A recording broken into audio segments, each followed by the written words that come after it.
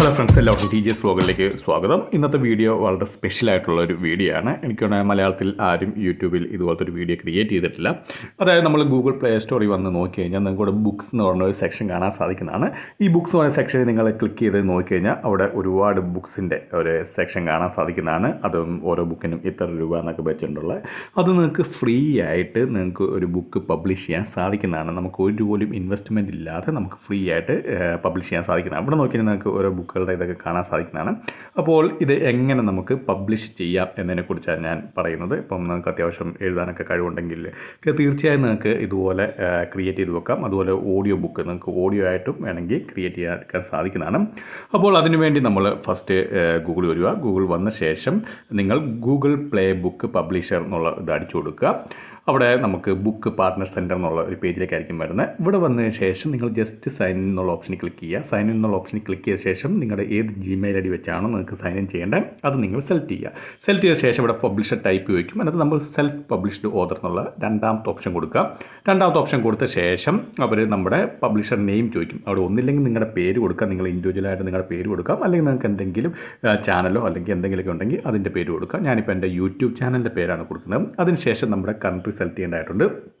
അവിടെ നമ്മൾ ജസ്റ്റ് നമ്മുടെ കൺട്രി സെലക്ട് ചെയ്യാം.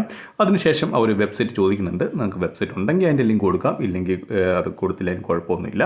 അപ്പോൾ ഞാൻ എൻ്റെ വെബ്സൈറ്റ് ഉള്ളതുകൊണ്ട് ഞാൻ എൻ്റെ വെബ്സൈറ്റിൻ്റെ ലിങ്ക് കൂടെ കൊടുക്കുകയാണ്. അതിനുശേഷം അവർ നമുക്ക് ഫോൺ നമ്പർ ചോദിക്കുന്നുണ്ട്. അപ്പോൾ നമ്മൾ ആദ്യമേ കൺട്രി സെലക്ട് ചെയ്യുക. കൺട്രി സെലക്ട് ചെയ്ത ശേഷം നമ്മുടെ ഫോൺ നമ്പർ എന്താണ് നിങ്ങളുടെ ഫോൺ നമ്പർ, ആ ഫോൺ നമ്പർ അടിച്ചു കൊടുത്ത ശേഷം ഇവിടെ നെക്സ്റ്റ് എന്നുള്ള ഓപ്ഷൻ കൊടുക്കുക. നെക്സ്റ്റ് എന്നുള്ള ഓപ്ഷൻ കൊടുക്കാൻ നേരത്തെ ഇവിടെ നിങ്ങൾക്ക് ഒരു ഇമെയിൽ പ്രിഫറൻസ് ചോദിക്കും. അതായത് നിങ്ങൾക്ക് നോട്ടിഫിക്കേഷൻ വേണോ, അതായത് ബുക്കിൻ്റെ കുറിച്ചുള്ള എന്തെങ്കിലും പുതിയ അപ്ഡേറ്റുകളെ കുറിച്ചൊക്കെ വരുമ്പോൾ നോട്ടിഫിക്കേഷൻ വേണമെന്ന് കൊടുക്കാം. നിങ്ങൾക്ക് ഇഷ്ടമുണ്ടെങ്കിൽ മാത്രം ഓൺ ചെയ്താൽ മതി. കാരണം ഓൺ ചെയ്യാൻ നേരത്ത് മെയിലിലേക്ക് ഒരുപാട് മെയിലുകളൊക്കെ വന്നുകൊണ്ടിരിക്കും.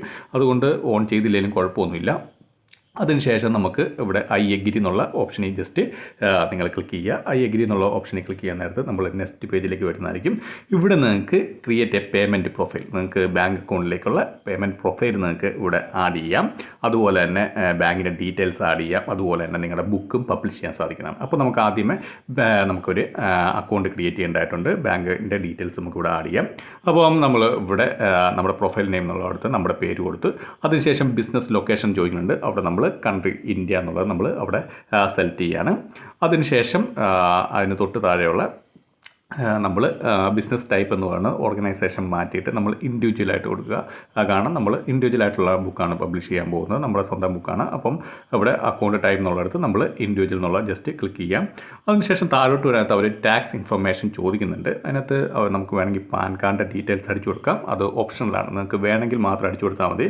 അതിനകത്ത് പ്രത്യേകിച്ച് നിർബന്ധമൊന്നുമില്ല. അതിനുശേഷം നിങ്ങളുടെ അഡ്രസ്സ് കറക്റ്റായിട്ട് നിങ്ങളുടെ അഡ്രസ്സും സിപ്പ് കോഡും എല്ലാം നിങ്ങൾ കറക്റ്റായിട്ട് അടിച്ചു കൊടുക്കുക. അതിനുശേഷം ഒരു ഫോൺ നമ്പർ ചോദിക്കുന്നുണ്ട്. അവിടെ വേണമെങ്കിൽ നിങ്ങൾക്ക് ഫോൺ നമ്പർ വെക്കാം, ഇല്ലെങ്കിൽ നിങ്ങൾക്ക് നെക്സ്റ്റ് എന്നുള്ള ആ ഓപ്ഷനിൽ ജസ്റ്റ് ക്ലിക്ക് ചെയ്യുക. നെക്സ്റ്റ് എന്നുള്ള ഓപ്ഷനിൽ ക്ലിക്ക് ചെയ്ത ശേഷം ഇവിടെ നമ്മുടെ പേയ്മെൻറ്റ് അഡ്രസ്സും അതെല്ലാം ഡീറ്റെയിൽ എല്ലാം ആഡായി വന്നിട്ടുണ്ട്. അതിനുശേഷം നമുക്ക് നമ്മുടെ ബാങ്ക് അക്കൗണ്ട് ലിങ്ക് ചെയ്യേണ്ടതായിട്ടുണ്ട്. അപ്പം ലിങ്ക് യുവർ ബാങ്ക് അക്കൗണ്ട് എന്നുള്ള ആ രണ്ടാമത്തെ ഓപ്ഷനിൽ നമ്മൾ ക്ലിക്ക് ചെയ്യുക. അപ്പോൾ നമ്മൾ അഡ്രസ്സ് എല്ലാം ആഡ് ചെയ്തിട്ടുണ്ട്. ഇനിയിപ്പം ലിങ്ക് യുവർ ബാങ്ക് അക്കൗണ്ട് എന്നുള്ള രണ്ടാമത്തെ ഓപ്ഷനിൽ ജസ്റ്റ് ക്ലിക്ക് ചെയ്യാം.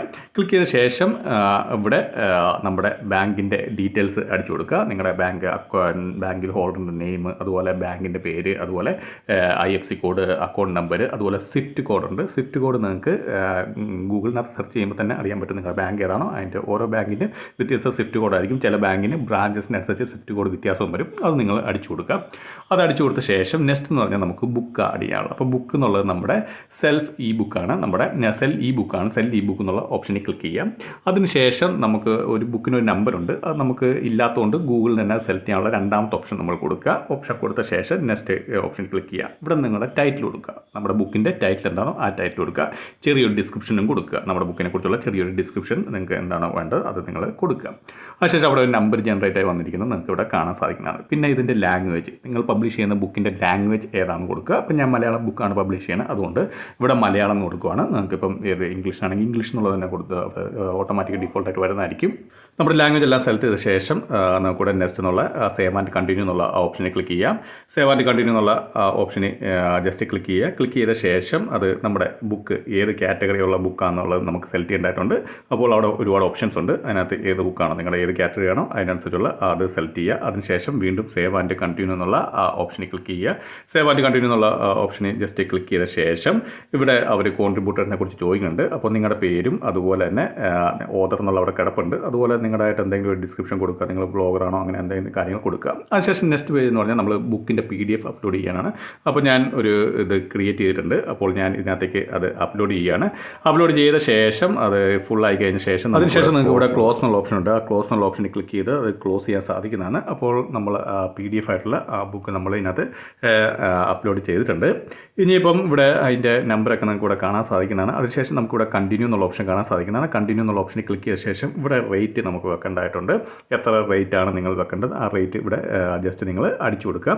അടിച്ചു കൊടുത്ത ശേഷം ഇവിടെ സേവ് ആൻഡ് കണ്ടിന്യൂ എന്നുള്ള ആ ഓപ്ഷനിൽ ക്ലിക്ക് ചെയ്യുക. സേവ് ആൻഡ് കണ്ടിന്യൂ എന്നുള്ള ജസ്റ്റ് ഓപ്ഷനിൽ ക്ലിക്ക് ചെയ്ത ശേഷം നമ്മൾ ഇവിടെ ബുക്കിൻ്റെ ഡീറ്റെയിൽസ് ഇവിടെ നിങ്ങളെ കാണിക്കുന്നതായിരിക്കും. അതിനുശേഷം എന്തെങ്കിലും എഡിറ്റിംഗ് എന്തെങ്കിലും ചെയ്യാനുണ്ടെങ്കിൽ നിങ്ങൾക്ക് അത് ചേഞ്ച് ചെയ്യാം. അതുപോലെ കവർ ഫോട്ടോ നിങ്ങൾക്ക് ആഡ് ചെയ്യാം. കവർ ഫോട്ടോ നിങ്ങൾക്ക് ക്യാൻവ വഴി നിങ്ങൾക്ക് സിമ്പിളായിട്ട് ഒരു കവർ ഫോട്ടോ ക്രിയേറ്റ് ചെയ്തിട്ട് അത് നിങ്ങൾക്ക് ആഡ് ചെയ്യാൻ സാധിക്കുന്നതാണ്. അതിനുശേഷം ഏറ്റവും താഴെയായിട്ട് ഇവിടെ നിങ്ങൾക്ക് പബ്ലിഷ് എന്നുള്ള ഓപ്ഷനുണ്ട്. അപ്പോൾ ഈ പബ്ലിഷ് എന്നുള്ള ഓപ്ഷനിൽ ക്ലിക്ക് ചെയ്ത് കഴിഞ്ഞാൽ അത് പോകുന്നതായിരിക്കും. പക്ഷെ അത് നമുക്ക് ലൈവായിട്ട് അപ്പോൾ വരത്തില്ല, അത് റിവ്യൂ ചെയ്യുന്നതായിരിക്കും. അവർ റിവ്യൂ ചെയ്ത ശേഷമായിരിക്കും അത് ലൈവായിട്ട് വരുന്നത്. അപ്പോൾ ഫസ്റ്റ് ടൈം ആയതുകൊണ്ട് നമുക്ക് കുറച്ച് ടൈം എടുക്കുന്നതായിരിക്കും. ടൈം എടുത്ത ശേഷം മാത്രമാണ് അത് അതിൻ്റെ നമുക്ക് പബ്ലിഷായിട്ട് ഫുള്ളായിട്ട് പബ്ലിഷായിട്ട് വരികയുള്ളൂ. അപ്പോൾ ഇത് തീർച്ചയായിട്ടും ഒരു മണി മേക്കിംഗ് മെത്തേഡ് തന്നെയാണ്. അപ്പോൾ നിങ്ങൾ ട്രൈ ചെയ്ത് നോക്കുക. ഇപ്പം നിങ്ങൾ എന്തെങ്കിലും നിങ്ങൾക്ക് അത്യാവശ്യം ആർട്ടിക്കിൾസൊക്കെ എഴുതുന്നവരാണെങ്കിൽ തീർച്ചയായും നിങ്ങൾ ട്രൈ ചെയ്ത് നോക്കുക. കാരണം നമുക്ക് ഫ്രീ ആണ്, ഇതിനകത്ത് ഇൻവെസ്റ്റ്മെൻ്റ് ഒന്നും ചെയ്യേണ്ട. നമുക്ക് ഫ്രീ ആയിട്ട് തന്നെ ഈ പ്ലാറ്റ്ഫോം യൂസ് ചെയ്ത് നമുക്ക് ഇത് ചെയ്യാൻ സാധിക്കുന്നത് എന്ന് തന്നെയാണ് ഇതിലെ ഏറ്റവും വലിയ കാര്യം. അതുപോലെ തന്നെ നിങ്ങൾക്ക് ഇപ്പോൾ ഓഡിയോ ബുക്ക് ഇതുപോലെ ഓഡിയോ നിങ്ങൾക്ക് എന്തെങ്കിലും ഓഡിയോ ബുക്ക് ക്രിയേറ്റ് ചെയ്യാൻ സാധിക്കുന്നതാണ്. സിമ്പിളായിട്ട് ഓഡിയോ നിങ്ങൾക്ക് അപ്ലോഡ് ചെയ്ത് ഇതിനകത്ത് ഫയലിനകത്തൂടെ അപ്ലോഡ് ചെയ്യാനും നിങ്ങൾക്ക് സാധിക്കുന്നതാണ്. അപ്പോൾ ഇവിടെ നമ്മൾ ജസ്റ്റ് പബ്ലിഷ് എന്നുള്ള ഓപ്ഷനിൽ ക്ലിക്ക് ചെയ്യുകയാണ്. പബ്ലിഷ് എന്നുള്ള ഓപ്ഷനിൽ ക്ലിക്ക് ചെയ്യാൻ നേരത്തെ അവിടെ ഒരു പോപ്പപ്പ് മെസ്സേജ് വന്നിട്ടുണ്ട്. നമുക്ക് ഇവിടെ കാണാൻ സാധിക്കുന്നതാണ് കൺഗ്രാജുലേഷൻസ് എന്ന് പറഞ്ഞുകൊണ്ട്.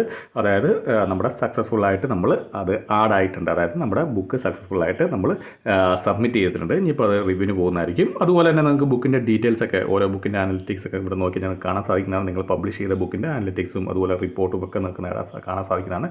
അനലിറ്റിക്സിനകത്ത് നോക്കിക്കഴിഞ്ഞാൽ നിങ്ങൾക്ക് എത്ര സെയിൽ നടന്നിട്ടുണ്ട്, അതുപോലെ എത്ര യൂണിറ്റ് സെയിലായെന്നുള്ള കാര്യങ്ങളും എല്ലാം ഇവിടെ ഡീറ്റെയിൽ ആയിട്ട് നിങ്ങൾക്ക് നോക്കാൻ സാധിക്കുന്നതാണ്. അതുപോലെ റിപ്പോർട്ട്സ് എന്നുള്ള സെക്ഷൻ ഉണ്ട്. അവിടെ ക്ലിക്ക് ചെയ്ത് കഴിഞ്ഞാൽ നിങ്ങൾക്ക് ഇത്ര നാൾ കൊണ്ട് അത് ഒരാഴ്ച കൊണ്ട് എത്ര സെയിൽ നടന്നു, അല്ലെങ്കിൽ ഒരു മാസം കൊണ്ട്, അല്ലെങ്കിൽ ഒരു വർഷം കൊണ്ട്, അല്ലെങ്കിൽ 3 വർഷം കൊണ്ട് എത്ര സെയിൽ നടന്നതൊക്കെ നിങ്ങൾക്ക് റിപ്പോർട്ട് എന്നുള്ള സെക്ഷനിലൂടെ കാണാൻ സാധിക്കുന്നതാണ്.